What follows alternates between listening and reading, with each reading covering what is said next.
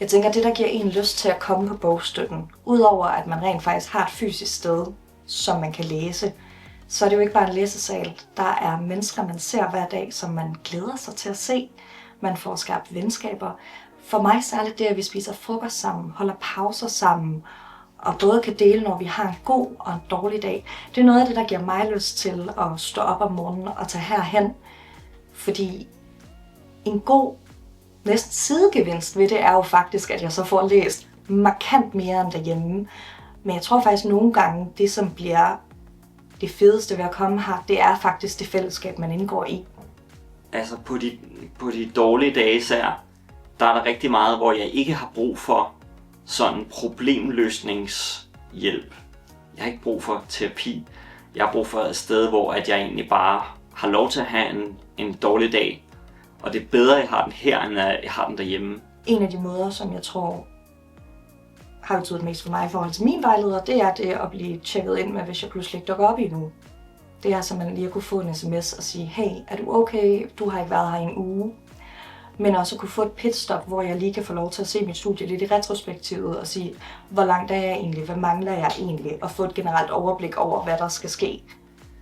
Det er ret svært derhjemme at sidde med en computer og skulle studere og ikke kunne koncentrere sig om det.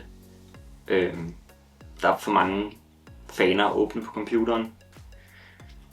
Både en fan med det, jeg skal læse, og en fan med Facebook og YouTube og alt muligt. Vi bruger også en metode, der hedder Pomodoro, som jeg også synes er en kæmpe god igangsættelse, fordi man ligesom arbejder i 25 minutter og holder pause i 5 minutter. Så der får man den aktive igangsættelse, men man får også en hjælp til faktisk at huske at holde pauser. Men det er et fællesskab, hvor at man kommer ikke for at blive behandlet for psykiske problemer. Der er ikke noget sådan terapeutisk i det. Men det er ligesom et fællesskab, som er ret rummeligt. Man behøver ikke at skjule, hvordan man har det. Der er heller ikke sådan, at man skal dele i hvert fald nogle udfordringer, man har. Men man behøver i hvert fald ikke at forklare eller forsvare sig, hvorfor man er dumpet sine eksamener, eller hvorfor man ikke har et arbejde ved siden af, eller man lige skulle til psykiater på onsdag, eller sådan. Det er ret rummeligt. Men også det, at jeg ser, at de lykkes. Fordi vi ser også hinanden lykkes. Vi ser hinanden bestå eksamener.